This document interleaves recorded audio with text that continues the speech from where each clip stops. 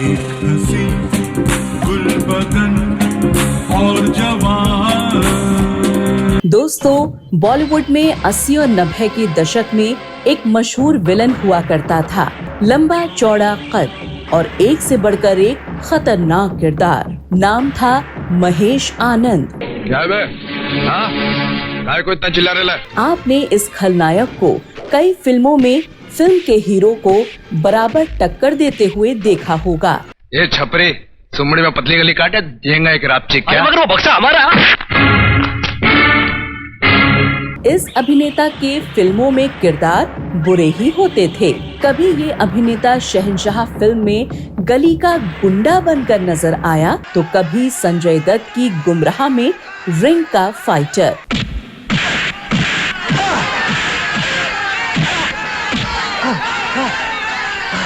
ये अभिनेता वो बदकिस्मत एक्टर था जिसके सेक्रेटरी उसके साथ काम करते करते करोड़पति बन गए। लेकिन दोस्तों, क्या आप जानते हैं कि इस अभिनेता की जिंदगी में ऐसा क्या हुआ था कि वो अपने करियर के सर्वोच्च शिखर पर इस अभिनेता के साथ फिल्म के सेट पर हुए एक एक्सीडेंट ने हमेशा हमेशा के लिए बर्बाद कर डाला। ऐसा तबाह हुए कि महेश आनंद के भयानक अंत के बारे में आप सोच भी नहीं सकते। चलिए हम इनके बॉलीवुड में आने की कहानी से लेकर इनके साथ हुए हादसे और मौत का पूरा सच बताते हैं। इस खलनायक की दर्दनाक मौत का सच जानने के लिए आप बने रहिए हमारे साथ इस वीडियो के अंत तक।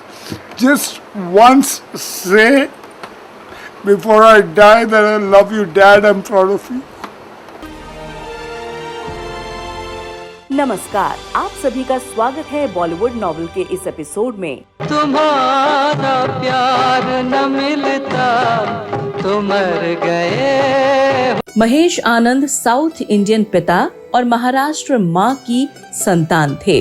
13 अगस्त 1961 को मुंबई में पैदा हुए महेश के पिता का गैरेज हुआ करता था, तो मां 40 और 50 के दशक की अभिनेत्री थी तारा देवी। बचपन से ही महेश को भी फिल्मों में आने का बड़ा शौक हुआ करता था।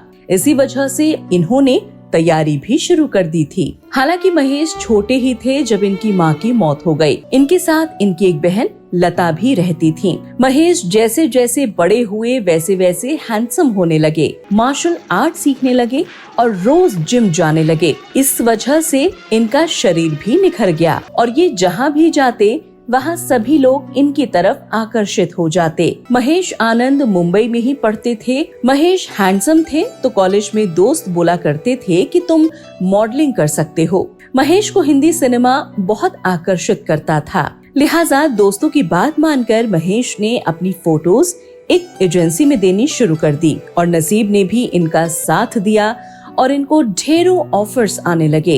इन्होंने मॉडलिंग शुरू कर दी। कुछ समय में ही महेश का मॉडलिंग की दुनिया में नाम हो गया। महेश को लोगों ने सलाह दी कि हीरो बनने के लिए डांस बहुत जरूरी होता है। बस महेश ने भी जान लगाकर खूब बढ़िया तरीके से डांस सीख लिया था। लेकिन महेश आनंद के कदम हिंदी सिनेमा में कैसे पड़े, इसके पीछे भी एक मजेदार कहानी है जिसको सुनना जरूरी है। दरअसल महेश आनंद के पिता का गैरेज हुआ करता था। महेश उसको भी संभालते थे।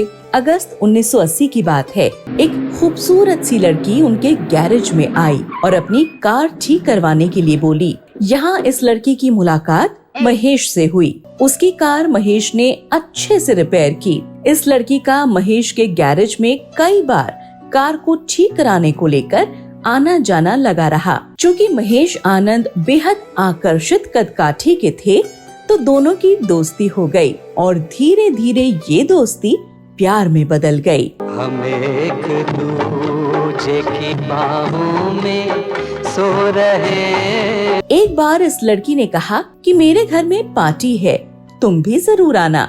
महेश भी हीरो बनकर पहुंच गए पार्टी में। लड़की उनको देखकर बहुत खुश हो गई और बोली, चलो अपनी बहन से मिलवाती हूँ। वो अपनी बहन के पास उन्हें ले गई तो उसे देखते ही महेश के होश उड़ गए। वो मशहूर एक्ट्रेस रीना रॉय थीं और वो लड़की उनकी सगी बहन बरखा रॉय थीं। जा रे जाओ हर जाई देखी तेरी दिलदारी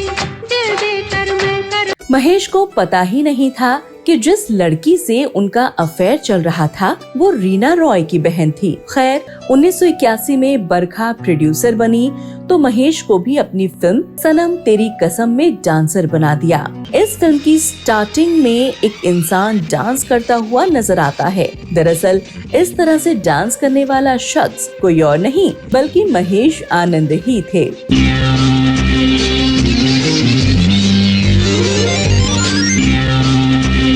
फिर अपनी अगली फिल्म में कमल हसन के साथ लीड रोल उन्हें दे दिया 1984 में आई फिल्म करिश्मा में, मगर ये फिल्म फ्लॉप हो गई। वैसे दोस्तों, महेश को एक फिल्म मिल जाती है तो वो सफल हीरो साबित होते, मगर किस्मत यहाँ दगा दे गई। 1984 की बात है। फिल्म निर्माता सुभाष एक फिल्म बनाने जा रहे थे जिसके लिए ऑडिशंस चल रहे थे, तो महेश भी वहाँ पर ऑडिशन देने पहुँच गए। उनकी कद काठी बिल्कुल वही थी जो डायरेक्टर सुभाष को चाहिए थी। महेश आनंद ने इस फिल्म के लिए ऑडिशन भी पास कर लिया तो सुभाष बोले, मेरी फिल्म के हीरो तुम ही हो। फिर अचानक पूछ बैठे कि इससे पहले कहीं काम तो नहीं किया? महेश बोले, किया है सर, बस यही सब गड़बड़ हो गई। सुभाष को कोई नया चेहरा चाहिए था और ये फिल्म उनके हाथ से निकल गई। हेमंत बिरजे के पास पहुंच गई फिर ये फिल्म और अपनी इसी फिल्म से हेमंत स्टार बन गए। ये फिल्म थी 1985 में आई फिल्म टार्जन।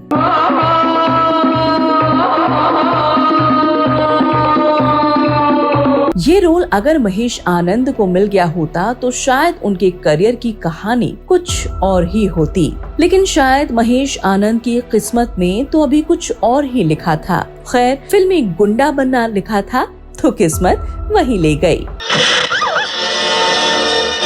हम रूपनगर के जीते हैं, शिकार पर ही जीते हैं। उन दिनों एक लंबे समय के बाद मशहूर हैंडसम अभिनेता विनोद खन्ना की साल 1986 के आसपास बॉलीवुड में वापसी हो रही थी। उनकी फिल्म में महेश आनंद को माइकल नाम का कैरेक्टर मिल गया और 1987 में फिल्म बनकर आई इंसाफ। अंदर गिरी क्या? अंधी लड़की पे हाथ उठाता है, जान से मार दूंगा मैं तुझे। ये फिल्म आते ही सुपर हिट हो गई। बस यहीं से महेश का करियर भी चल पड़ा। अगले ही साल अमिताभ के साथ सुपर हिट फिल्म शहंशाह मिल गई। दोस्तों से दोस्त बनकर मिलता है दुश्मन। इसी साल 1988 में अमिताभ की एक और फिल्म आई थी जिसमें महेश को बड़ा जबरदस्त किरदार मिल गया था। नाम था गंगा जमुना सरस्वती। ना तो हम गंगा को जानते हैं ना मैया को मानते हैं, हम तो बस तुम्हें जानते हैं मेरी जान। इसके एक सीन में छोटे सरकार सट्टा बने महेश को खूब मशहूर कर दिया था। सीन था नाचने वाली जयप्रदा के साथ जबरदस्ती करते हुए महेश और अचानक अपने ट्रक से दीवार तोड़कर अमिताभ अंदर आते हैं। वो सीन खूब जबरदस्त हिट हुआ था। यहीं से इस अभिनेता यानी महेश को खलनायक की पहचान मिल गई थी। और वो लोग जो इस तरह तोड़ फोड़ करके अंदर आते हैं, उन्हें हमारे आदमी सर से पैर तक एक एक हड्डी तोड़कर मौत के मंजिल तक पहुंचा देते, समझे? भीमा, शेरा, जग्गा, एक दो से। इसके बाद तो सोने पर सुहागा, कब्जा, हथियार, इलाका, मुजरिम, तूफान, विश्वात्मा और गुमराह जैसी फिल्मों के जरिए महेश आनंद का फिल्मी सफर 7वें आसमान पर पहुंच गया था।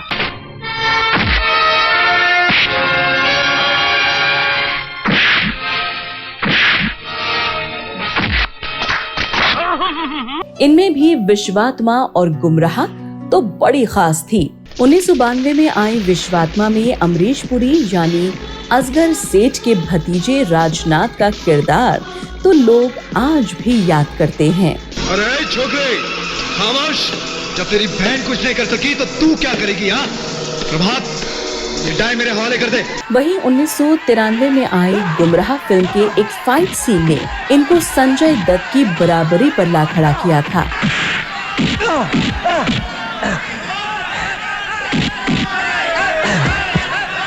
गुमराह के बाद तो उनका खतरनाक गुंडे का फिल्मी करियर फुल स्पीड में दौड़ रहा था। आलम ये था कि साउथ इंडस्ट्री से भी उनको खूब फिल्में मिलने लगी। तमिल और तेलुगु फिल्मों में भी उनके खतरनाक विलेन के कैरेक्टर पूरी तरह से छाने लगे। आज तो तूने मुझे अंदर डाल दिया ना बेटा, लेकिन एक चीज याद रखना, जिस दिन मैं बाहर निकला ना, 4 कूली का बंदोबस्त कर लेना अपना बोझ उठाने के लिए, समझा? ढेर सारी फिल्मों में वो एक साथ काम कर रहे थे। सब कुछ बड़ा अच्छा चल रहा था, लेकिन अचानक बदकिस्मती ने जिंदगी में दस्तक दे दी और सब बर्बाद हो गया। साल 1996 की बात है। अमिताभ बच्चन की अग्निपथ फिल्म की रीमेक तमिल भाषा में बनाई जा रही थी और इसी फिल्म में महेश को खलनायक का अहम रोल दे दिया गया। और इसी फिल्म की शूटिंग के दौरान हेलीकॉप्टर सीन शूट करते समय महेश आनंद का बहुत बड़ा एक्सीडेंट हो गया और इस हादसे में वो बस मरते मरते बचे थे। लेकिन रीढ़ की हड्डी में छोटी छोटी इतनी गंभीर चोटें आई थीं कि डॉक्टर ने महेश आनंद को बिस्तर से न उठने की सलाह दी। बस यहीं से महेश आनंद की बर्बादी शुरू हो गई। साल भर तक तो बेड से हिल भी नहीं सके महेश आनंद। इसके बाद भी शरीर इतना कमजोर हो चुका था कि शूटिंग के वो लायक नहीं बचे। इधर महेश आनंद ने बिस्तर पकड़ लिया और उधर उनकी किस्मत ने भी उनसे मुंह मोड़ लिया। 4 साल तक वो फिल्मों से दूर रहे। एक एक कर सारी फिल्में हाथ से निकलती चली गईं, क्योंकि कोई भी फिल्म निर्माता अपनी फिल्म की शूटिंग को रोकना नहीं चाहता था। लिहाजा महेश आनंद की जगह कई और नए पुराने खलनायकों ने ले ली थी। बुरे समय में फिल्म मेकर्स भी अपना एडवांस वापस ले गए। एक एक कर सब ने उनका साथ छोड़ दिया। यहाँ तक कि सौतेले भाई भी इनकी करोड़ों की गाढ़ी कमाई पर हाथ साफ कर गए। 4 साल में सब उनको भूल चुके थे।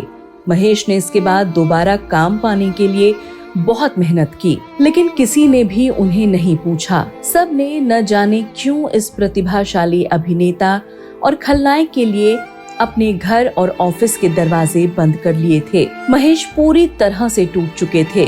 लिहाजा धीरे धीरे महेश डिप्रेशन में आ गए और शराब ने महेश आनंद को जकड़ लिया। धीरे धीरे समय और पैसा दोनों ही खत्म होने की कगार पर आ गए।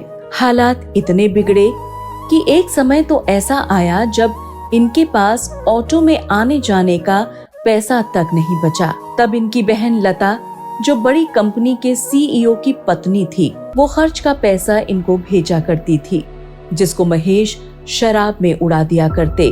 महेश के साथ जो हादसा हुआ था, उस हादसे ने इनका पूरा घर भी उजाड़ दिया। आवाज और दिल अच्छा होना सब कुछ नहीं है। जिंदगी में अकेला होना ना आसान नहीं है राहुल। महेश ने सबसे पहले जिस लड़की से शादी की थी, जिसने इनको ब्रेक दिया था, बरखा रॉय, इन दोनों का रिश्ता चंद साल भी न चल सका और तलाक हो गया। इसके बाद 1987 में मिस इंडिया इंटरनेशनल बनी एरिका मारिया से इन्होंने शादी की। दोनों का एक बेटा हुआ, त्रिशूल। That's my son Trishul. I saw him the last day out here at my friend Tej Sapru's house at dinner. I love him. Erica से भी रिश्ता नहीं चल सका, दोनों का तलाक हो गया और वो विदेश में नर्स बन गयी। फिर 1992 में अभिनेत्री मधु मल्होत्रा से उन्होंने शादी की, लेकिन एक्सीडेंट के बाद भी वो उनको छोड़कर चली गयी। बुरे दिनों में एक बार फिर घर बसाने की सोची और अभिनेत्री उषा बचनी से साल 2000 में उन्होंने शादी की। लेकिन बेरोजगार और शराबी आदमी के साथ मुंबई में भला कौन रहता। 2 साल में ही शराब के आदी महेश से उषा ने भी किनारा कर लिया। अब महेश पूरी तरह से अकेले पड़ गए। जुहू में एक फ्लैट और शराब, बस दिन रात इसी में डूबे रहते। जहाँ भी वो काम मांगने जाते, नहीं मिलता। 90 के दशक के इस शानदार विलन को सब भूल चुके थे। बहन लता के पैसों से 2 वक्त के खाने का गुजारा हो रहा था। फिर साल 2015 में बेलारूस की लाना से उनकी मुलाकात हुई और दोनों ने शादी कर ली। मगर वीजा की समस्या के चलते लाना 4 महीने में एक बार ही उनसे मिलने आ पाती थी। महेश हर तरफ से सिर्फ और सिर्फ दर्द की चादर ओढ़े हुए थे। किसी को भी यकीन नहीं था कि ये दमदार खलनायक शराब के नशे में यूं दम तोड़ देगा। दोस्तों, अपने दर्दनाक अंत से पहले महेश की किस्मत ने 18 साल बाद उनकी वापसी करवा दी थी। साल 2018 में महेश को पता लगा कि पहलाज नहलानी गोविंद के साथ फिल्म बनाने जा रहे हैं। वो पहले उनसे मिलने पहुंचे और उनको भी कोई रोल देने की गुजारिश की। फिल्म निर्माता पहलाज उनकी हालत देखकर पसीज गए। तो वहीं गोविंदा के साथ महेश पहले भी कई फिल्मों में काम कर चुके हैं, लिहाजा गोविंदा ने भी महेश आनंद की इस फिल्म में काफी मदद की थी और एक छोटा सा रोल दे दिया था। महेश बहुत खुश थे कि दोबारा उनका करियर चल पड़ेगा और फिर से लोगों को वो अपना वही पुराना खलनायक वाला रूप दिखाकर प्रभावित कर सकेंगे। लेकिन शायद महेश की फूटी किस्मत को कुछ और ही मंजूर था। शायद जिस खूबसूरत सुबह के सपने महेश देख रहे थे वो कभी आने ही नहीं वाली थी। शराब में दिन रात डूबे रहने की लत ने उनकी हालत बहुत खराब कर दी थी। जब चेकअप करवाने वो पहुंचे तो पता लगा कि पेनक्रियास का कैंसर उन्हें हो चुका था। फिर भी उन्होंने शराब बंद नहीं की और न ही अपना इलाज करवाया। महेश के पास इतने पैसे नहीं थे कि वो अपना अच्छा इलाज कर पाए। वो बस शराब को ही अपना साथी मान बैठे थे और बीमारी के चलते ही किसी हिंदी सिनेमा के अभिनेता, अभिनेत्री या फिल्म निर्माता ने इनकी न कोई मदद की, न ही कोई इनके हालचाल जानने की कोशिश करता था और जिंदगी बस इनकी ऐसे ही चलती रही। 7 फरवरी 2019 का दिन था। इनका टिफिन वाला आया, दरवाजा खटखटाया, किसी ने नहीं खोला तो वो बाहर ही टिफिन छोड़कर चला गया। अगले दिन भी जब वो आया तो फ्लैट के दरवाजे के बाहर ही टिफिन पड़ा हुआ था। दरवाजा नहीं खुला तो वो फिर से टिफिन बाहर रखकर चला गया। मगर 9 फरवरी को जब वो आया तो दोनों टिफिन बाहर पड़े थे। इस बार उसको कुछ शक हुआ। घर के बाहर एक अजीब सी बदबू आ रही थी। पड़ोसियों को बताया, फिर पुलिस तक खबर पहुंची तो पुलिस आई, दरवाजा तोड़ा गया तो अंदर का नजारा हैरान कर देने वाला था।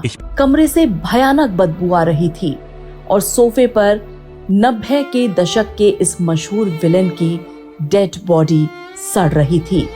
उनके शरीर में कीड़े पड़ चुके थे जो उनको खा रहे थे। पुलिस और डॉक्टर के मुताबिक उनकी मौत 3 दिन पहले ही हो गई थी और किसी को भी इनकी मौत की खबर तक नहीं थी। जब मौत की खबर पता चली तो आग की तरह ये खबर पूरे बॉलीवुड में फैल गई।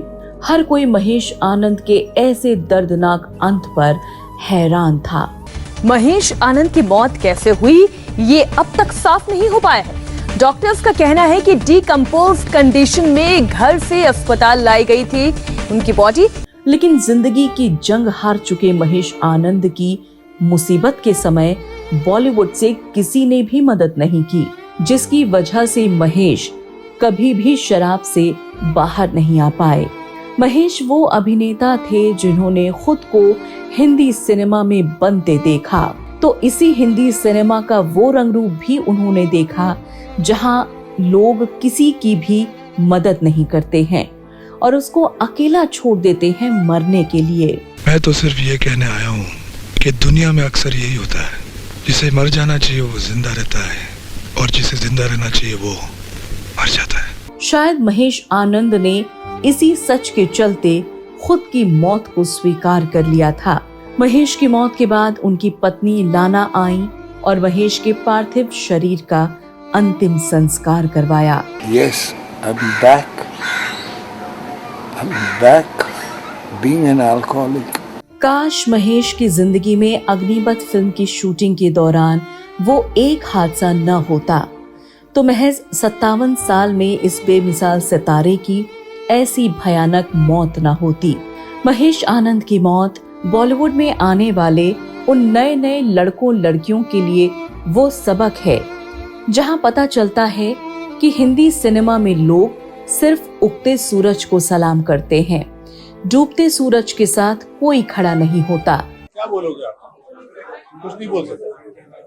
हमारे यहाँ जो चढ़ता हुआ सितारा होता है उसी को काम मिलता है, और जो उस रेस में फेल हो गया उसको कोई काम नहीं मिलता, उसको लोग भूल जाते हैं। महेश आनंद की इस दर्दनाक मौत का सबको हमेशा दुख भी रहेगा और अफसोस भी। जब जब हिंदी सिनेमा में खलनायक सितारों की बात होगी, अमरीश पुरी, प्रेम चोपड़ा, गुलशन ग्रोवर, डैनी, अजीत, शेट्टी, शक्ति कपूर जैसे खलनायकों के साथ महेश आनंद का नाम भी हिंदी सिनेमा के इतिहास में लिखा जाएगा और दुनिया हमेशा महेश आनंद को याद रखेगी। महेश आनंद जैसे स्टार को बॉलीवुड नॉवेल चैनल भावपूर्ण श्रद्धांजलि देता है। I love you. Just once say before I die that I love you, Dad. I'm proud of you. Please.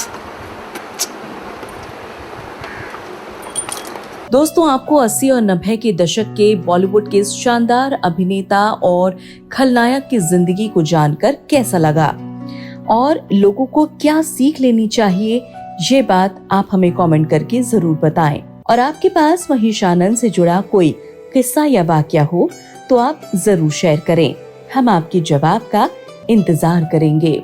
दोस्तों, अगर आपको आज का हमारा ये शो पसंद आया हो तो आप हमारे चैनल बॉलीवुड नॉवेल को सब्सक्राइब करना बिल्कुल न भूलें। बहुत जल्द ऐसे ही किसी और अभिनेता और अभिनेत्री या फिर खलनायक की जिंदगी को लेकर दोबारा हाजिर होंगी। तब तक के लिए आप अपना और अपने परिवार का ख्याल रखें, सुरक्षित रहें। धन्यवाद। गलती हो गई, अब हम इसे उठाकर नहीं ले जाएंगे, तेरी आंखों के सामने तेरी बीवी की इज्जत लूटेंगे।